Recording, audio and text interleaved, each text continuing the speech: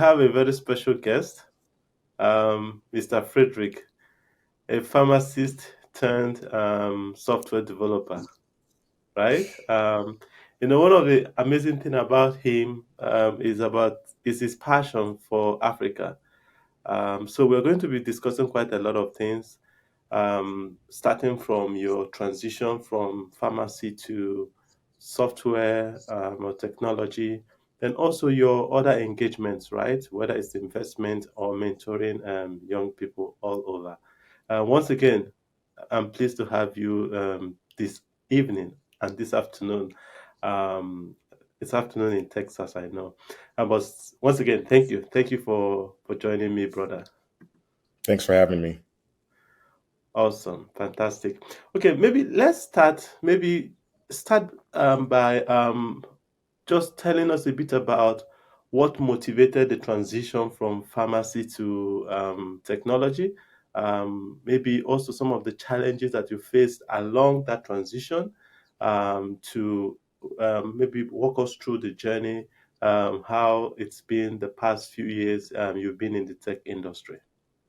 Yeah, so it started with my mom suggesting that I try to get a job as a pharmacist because that's what we do in Nigerian households. You're either a doctor, lawyer, engineer, or pharmacist, whatever makes money. Yeah. So I attended the University of Houston trying to get a biology degree Mm-hmm. in going from 2011 to 2015. And it wasn't until a couple of weeks before I graduated where I was interning at a pharmacy and I hated it. It was terrible, the most boring thing ever. I was like, no, I don't think I could do this for the rest of my life. And then I had to do another 4 years attending pharmacy school. I was like, mm-mm. So I decided to call my mom. I was like, Mommy, I know you spent all this money on my schooling and my school fees, but I'm sorry, I don't think pharmacy's for me. And then she's like, okay, Ricky, it's your life. That's what you want to do. I was like, what? Like if I known that was going to be her reaction, I would have changed my major like years ago. So Yeah. yeah, so either way, I still graduated with a degree, but I had to start over because obviously medical route wasn't my passion anymore. So as I was kind of discovering, doing some soul searching, it wasn't until I came across the Business Insider article that read 130 courses to change the course of your career. And obviously, I didn't have a career at the time. I was just working at Papados. So I was like, okay, let me check it out. And that's where Mm. I came across Introduction to Computer Science, a course by CS50 that was taught by Harvard. And I was like, okay, cool. I've always been into computers. I've always been to the video games. So let me go ahead and check it out. Took the course, absolutely loved it. Fell in love with computer science, fell in love with coding. It just opened my eyes to a brand new world that I just wanted to explore a lot more. Mm. Wow, wow, wow. That's fantastic. So that was the entrance, right? The Mhm. entrance into the Yep. tech industry. And maybe what were some of the challenges that you faced? Because I reckon it wasn't an easy journey, right? It wasn't an easy Not at all. transition. No. I'm Yeah. learning a whole new set of skills, right? Something different Mhm. from what you were used to. Walk us through some of the challenges you faced along that path.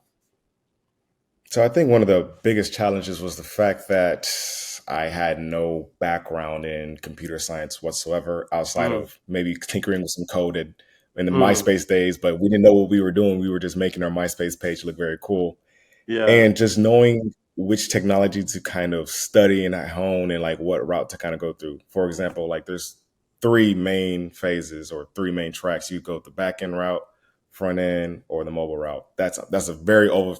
I'm generalizing, but that's kind of like if you want to Yeah. kind of keep it simple.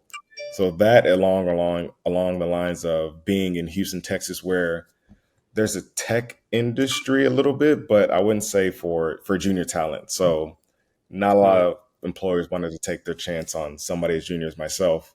yeah. So I had to take a chance and actually move out to San Francisco and see if I get Wow. a shot there because of with it being the center of technology in the world, I'd have probably better chances of being a junior talent there than in Houston, Texas.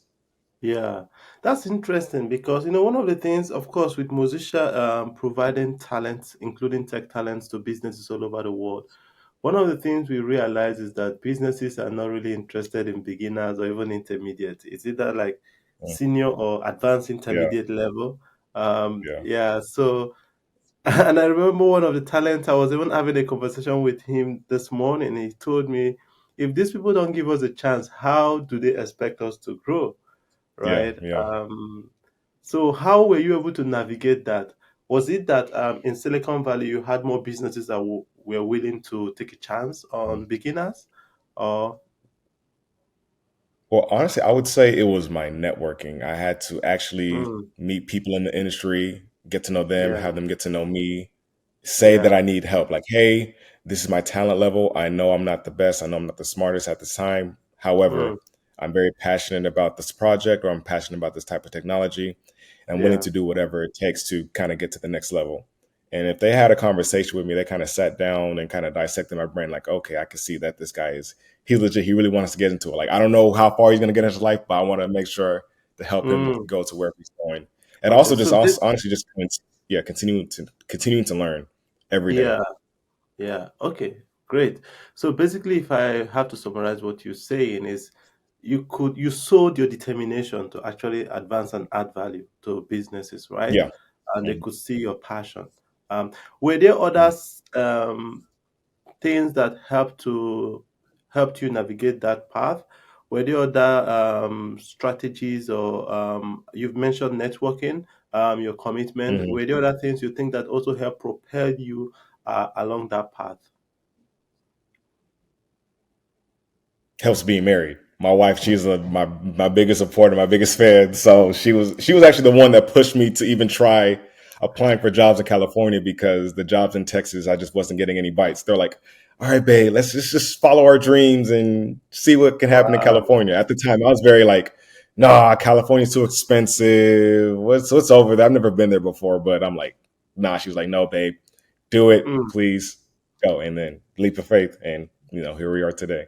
wow. So at first, did you have to migrate, and did you have to move to California, or you've always worked from Texas? No, so I lived in Silicon Valley, or San Francisco, Oakland specifically, for about from 2018 to 2020, Okay. Okay. and I didn't get a job. I flew from Texas to California for this tech conference. While I was Mm, there, I was networking with the people I'd already met prior to via like Slack or LinkedIn. I was like, "Hey guys, I'm out in San Francisco. Let's meet up for coffee. Let's meet up for something. I just want to meet you guys, the people who's invested so much into me, via these online yeah. communities in person for the first time." So they're able to like be like, "Okay, let me introduce you to so and so. Let me introduce you to my manager. Let's see how, if he wants to, if he even likes, or if he could take a chance." And another thing I did, I posted a video saying that I was actually in. It was while I was waiting for the Caltrain. I think I was headed to San Jose. And I was like, "Hey guys, my name is Frederick.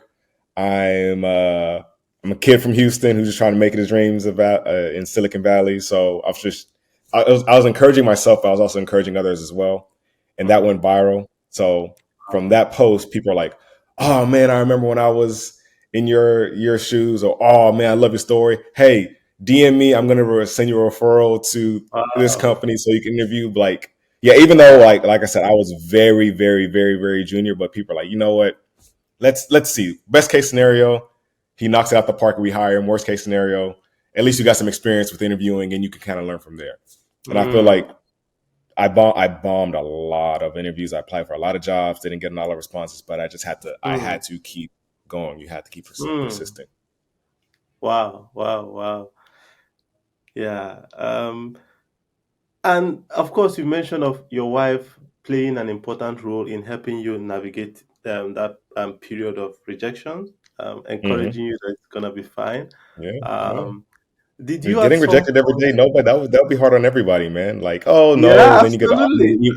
then you get the automated message. I'm like, dang, yeah, I can't even get a human to reject me. Y'all got to send an AI to do it. Like, Jess, what's going on? Yeah, I can imagine. Was Yeah. there a point, especially during those rejections, did it come to a point where you wished you never um, at least transition from pharmacy? Did you ever think, oh, maybe I should have just continued my career in pharmacy? Maybe I would have gotten a job now. Oh no, no, absolutely. I wasn't going back. Okay. I loved the industry way too much. At the time, I Mm, was like learning more about it. And okay. it's pretty funny, but I was also watching the show called Silicon Valley at the time on HBO. So Oh, that entire like world and industry, I was just so obsessed to the point where I used to be really big into clothes and shoes, so I got rid of all my mm, clothes, I got rid of all my shoes. I was like, look, anything that isn't helping me propel towards my goal, I don't want no parts of it. So I dressed like an engineer, I thought like an engineer, I watched things that other engineers watched. mm, So like I said, I got the just regular basic t-shirt, hoodie, same shoes every day, only a couple pair of jeans, like all right, bam, here I'm all in, I'm trying to get it. I probably won't recommend everybody to do that. You don't have to like change your yeah, personality all the way to make it, yeah, but that was just what I needed at the time. I'm very dramatic, so I was like, hey, I need to like really really lock in. So mm, even something that's a smaller distraction as like clothes or something that's just not, it's just like, what is this going to do? I see Mark Zuckerberg wear the same shirt every day. Like I can do the exact same thing type thing. So emulate your so, heroes if that's what you want to do, if that's what it takes. absolutely. So you were practically living your dream, even when there was nothing to show for it, right? Yeah, And yeah, yeah, exactly, exactly. yeah, I also think it's a good signal, pointing to the fact that you are in the right place. This is like Hmm. your fish in the water, right? You are basically Yeah. in the place you were meant to be. So, and that probably helped you navigate the challenges much more Hmm. easily. Of course, it's difficult Hmm. to face those rejections. Now, let's talk about now when you started working in Silicon Valley. Maybe just describe the experience more. Being the epicenter of technology all over the world, Hmm. the innovation, the excitement. Maybe tell us Yeah. something about maybe some of the projects you found very fascinating and your experience so far. It was honestly the entire region. I'm telling you, bro, from Monday to Sunday, there was some type of event or some type of something tech adjacent or tech related that you could go to, network, Mm, see what other people are working on. And these are people from all over the world. And these are mm, some very, very, very smart people. So just being in that city, it felt like it felt like a huge brain trust where everybody was no idea was too crazy. Like, hey, I want to build a moon base. Okay, cool. If you have the money, if you have the idea, if you have some engineers, go do it. So that even like just the freedom to fail, and failure is not mm, a it's not it's not looked down upon. It's more like a badge of honor. It's like, okay, you actually tried. People are going to, absolutely. because entrepreneurship is very hard. It's very Yes. easy to complain from the sidelines, but if you're actually like in the arena doing the work, people are Step like, oh into wow, the man, yeah, hats off to you, because not everybody's built that way. So just yeah. being around and having that type of energy and that being the culture of a place is like, wow, it makes you want to better yourself every Mm, day, because I know the guy or girl next to me, they're doing the exact same thing. mm. Wow. No, that's interesting. When people realize that at least they have the permission to fail, it gives you the Hmm. liberty, the freedom to try out things, right? Yep. But that comes at a cost. Now let's Yeah. bring it Oh back yeah. home. 100%. Yeah. Let's bring it back home to Africa, where a lot of young people have very little opportunities. And meanwhile, Hmm. you have so much financial obligations. You have your family to take care of. Your parents are waiting for you to take care of your younger ones. So much Hmm. financial pressure. The economy is Hmm. not working. You still have to learn those skills. You still have to compete globally. How would you suggest they navigate such situation? Because it's tough. Yeah. Hmm. So that one is very tricky, because obviously Africa has the same safety nets that America does. So it's easy for me to do some things where Yeah. my counterpart across the seas wouldn't be able to do it. That's a tough one. I mean, just have to just have to make it work somehow. Like just give Mm, whatever. It reminds me of the scripture where a master and his servants, he giving them 3 coins. Like, oh, he giving them coins. Like, all right, you have one yeah. coin, here's 2 coins, here's 3 talents, 2 talents, one Yeah. talent. Like, what are you gonna do with it? Like, just do whatever you can with what God given talents you've already been given. Mm, yeah, absolutely. Mark Zuckerberg, he said something during his Harvard speech years back.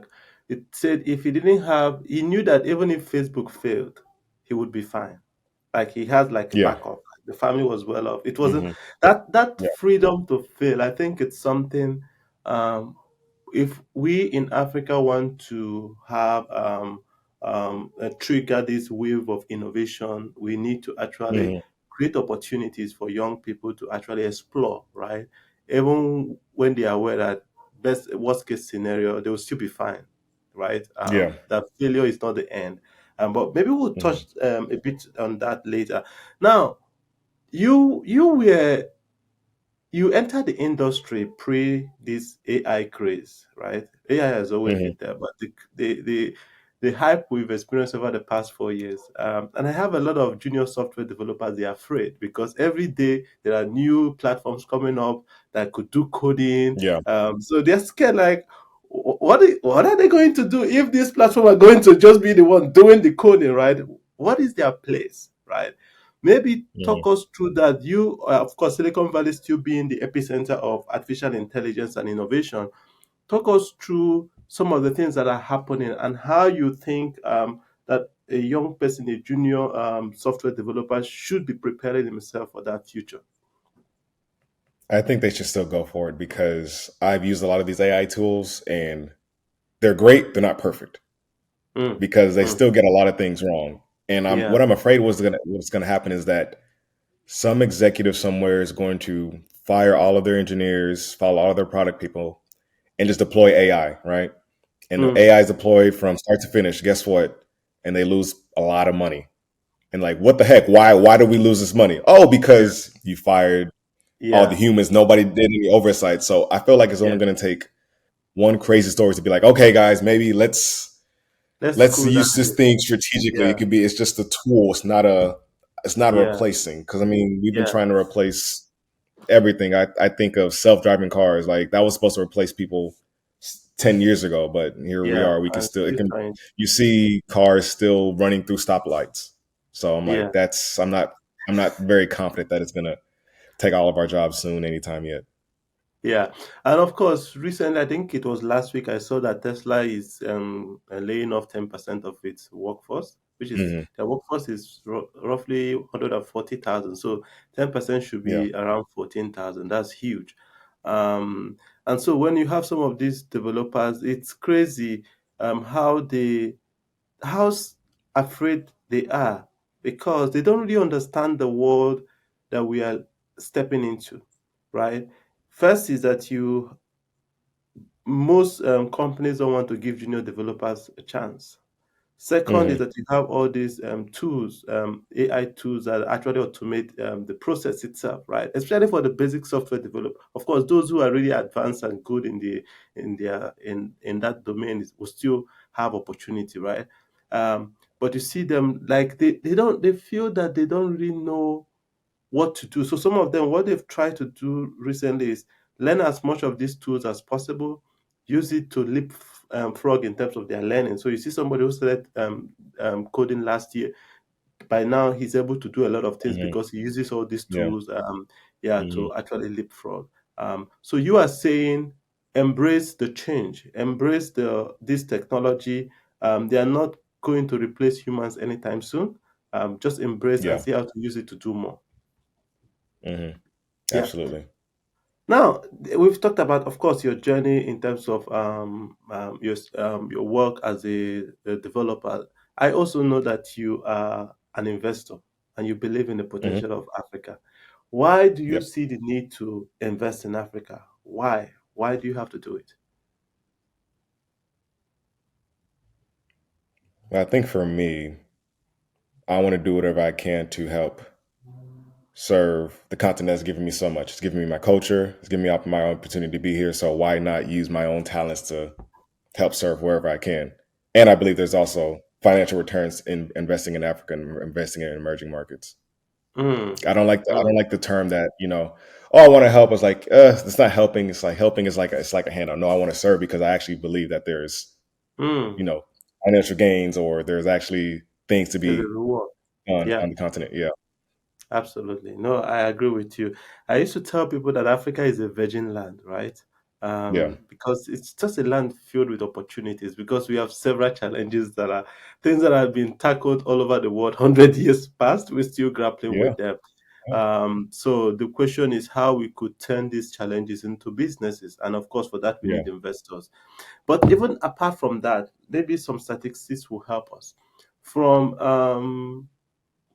from 1950 to 2020, Asia provided 62% of the global population growth. So from 1950 to 2020, Asia provided 62% of the global population growth. Within that same period, Africa provided only 17%. Now, but Hmm. from 2020 to 2100, Africa is going to provide 87% of the global population growth, while Asia will only contribute roughly around 11%. So what that means is that close to 90% of the population growth we're going to see over the next 80 years is going to be coming from the continent. Now, that with Yeah. that huge population growth comes huge market, and that's why there are a lot of predictions predicting Nigeria to actually move to third in the world within this same Yeah. 80 years. So there's a lot of opportunities. Those who are able to see ahead and see that actually that coupled with the fact that there are a lot of unsolved problems, the population growth is also a massive opportunity for rising middle class and so many things that so it makes sense to actually invest. Hmm.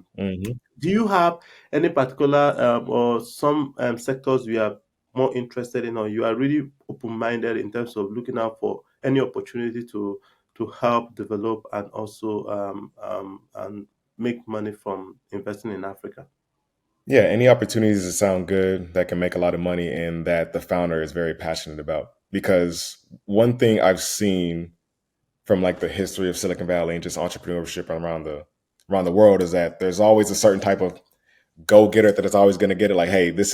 There's no plan B. Like, this has to work or it has to work. Hmm. That type of mentality. I'm like, oh, I like this. I like this person. Like, they're like, oh, so if this doesn't work out, like, what do you mean it's not going to work out? Why? Tell me why it's not going to work out, and I'm going to tell you why it will work. I'm like, okay, yeah, they're not. They're these. This is the person that's really gonna like Yeah. make sure that their product is. So one thing, if you look at all these investors, they talk about the fact that so whether it's Dragons Den, that's the British one. American version is what's it called again? Is it Shark Tank? Shark Tank. Yeah, Shark Tank. Um, they will tell you that they invest in people because most times if business evolve, right, evolves over time. Sometimes the problem you think you are solving, by the time you get to the market, you realize there's no market there, right? But the Hmm. passion of the entrepreneur would Yeah. determine whether they pack up or they figure out. And if you look at all the leading companies in the world, they usually start trying to solve something else. So there's nothing really special about any idea. It's about the Yeah. caliber of the entrepreneur, the determination, the commitment to actually make it work, whatever it takes. So you say that is what you look at in terms of your investment on the continent. Hmm. Yeah. Absolutely. And Got with this that, baby. you said, go ahead. Got to be able to execute. You gotta be able to Execute. execute. Beautiful. Yeah. It's not just enough to have ideas. Willingness Hmm. to actually work it out. Okay, great. Maybe just based off your experience so far, working with entrepreneurs on the continent, what can you say about what is happening in Africa today? Maybe pointing out some of the opportunities and challenges. This it's a place of hustlers, man. Like even it's like no matter what problems are going on, people can be like, oh no, it's still hey, we're still profitable. We're still finding a market. Like I was actually having this conversation when I was at Afrotech last year. I was talking to an African founder, and I asked him what would be the difference between investing in Nigeria versus Rwanda and Kenya. And even though Kenya and Rwanda might have more stable markets, Nigeria is still a bigger market. So just from like size and scale opportunity, I'm like, yeah, it could probably fly in Rwanda, but I'm trying to do billions. And Nigeria has an outsized influence on the continent. So they're like, Yeah, okay, that's why it makes sense for people to set up shop in yeah, Nigeria, regardless of how the economic state of the country is at the time. So I found that very interesting. I'm like, wow, it's like just market size. It yeah, doesn't matter. absolutely. That's what people always go Co- for. Absolutely. And you also see it play off. If you watch, let's say, Dragon's Den and Shark Tank, you realize that Hmm. the highest you would see the dragons ever invest in a business is probably like between 50, it usually ranges between 50 and 100,000 pounds, right? And Hmm. the highest, when somebody comes with a valuation of 1 million, they're like, that's too much.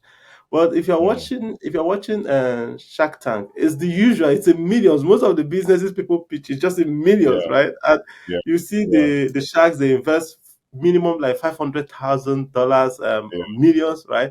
And that speaks to the Yeah. size of the market. You can't go, the US Hmm. market is Yeah. way bigger than the UK market, right? Yeah. Yeah. So that makes a lot of sense. And of course, high risk, high reward, right? Usually, Absolutely. the unstructured economies, that's where you can actually have outsized advantage if you're able to Hmm. figure it out. But of course, you can lose all your money, which is why Oh, absolutely. some Hmm. prefer, okay, a place that is a bit stable. It's more important. Um, so you are basically saying there are opportunities. Don't just run away from places that you consider unsafe. Look into it more because there may be Yeah. opportunities there to actually make good money. Absolutely. Look Great, at the market size. absolutely, great. Now we actually coming towards the end. One more question that I want to ask you is not really a question, but I would like you to maybe share some advice, right, and insight for aspiring software engineers, entrepreneurs, or even young people generally, young people in Africa, especially those, of course, from underrepresented backgrounds. Um, Yeah.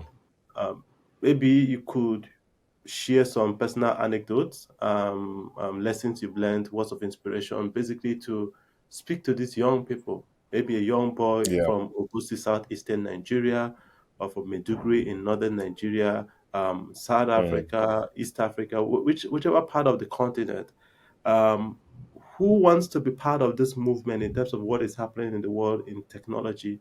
They are Hmm. struggling. They have more like an outsized challenges that are Yeah. intimidating and tend to curtail their ability to thrive. Could you maybe drawing from your experience, speak to these young people? Yeah. I think two themes really helped me throughout my journey is Mm, persistence and community. Persistence, hey, you will get rejected. That's okay. Learn from the rejection. Community, find a community of other people who are learning with you as well, mm, or who are where you want to be. Reach out to them via LinkedIn, mm, Slack, Telegram, WhatsApp, do whatever. Just be out there and make yourself known. Like, hey guys, I'm learning this technology. I need a lot of help. Or hey guys, mm, I'm building this cool thing. What can I do better? Also, another thing that I like to tell people is that this is very specific question, not a question, but a specific answer. Don't get stuck on the YouTube tutorials because just because you're learning and building other people's projects, you're just kind of like following along. So yeah, you're learning, but until you actually try to build something for yourself mm. and actually get like the headaches, like okay, I need to think about what does this error message mean? How do I debug it, et cetera, et cetera. So let's say if you're a Premier League fan, I want to build a calculator that predicts who's going to win the league next year. Build that. Build a dashboard about who's more likely to win the Ballon d'Or or who's will Arsenal ever win the league. Build a AI tool that predicts what year Arsenal Yeah, will ever win the league. So like, just do something like that. That's going to like combine your passion and your technical expertise, and then when the two come together, you're able to explain your project in that much more depth because one, you care about the product, and two, you care about the subject itself that you're building. fantastic. Brother, you are doing a great job. Thank you so much. Thank you for your heart, for the confidence. Thank you for the amazing work. I think you embodied resilience in your journey in terms of being able to say, I need to make a shift in terms of what I want to do for my life. Mm. You stuck with it until you achieved it, right? And of course, we know that this is just the beginning. There are a lot of amazing things to be done. We pray that you have more wisdom, more grace, courage to keep achieving great feats. Thank you for believing in us and for being part of this journey. This is also part of the reason I wanted to speak to you to really appreciate you. Thank you, brother. We believe the continent has huge potential, and our job is to see whatever we can do to catalyze and to actually help the continent maximize that potential. Thank you. Thank you for all Absolutely. the good works you're doing to achieve that.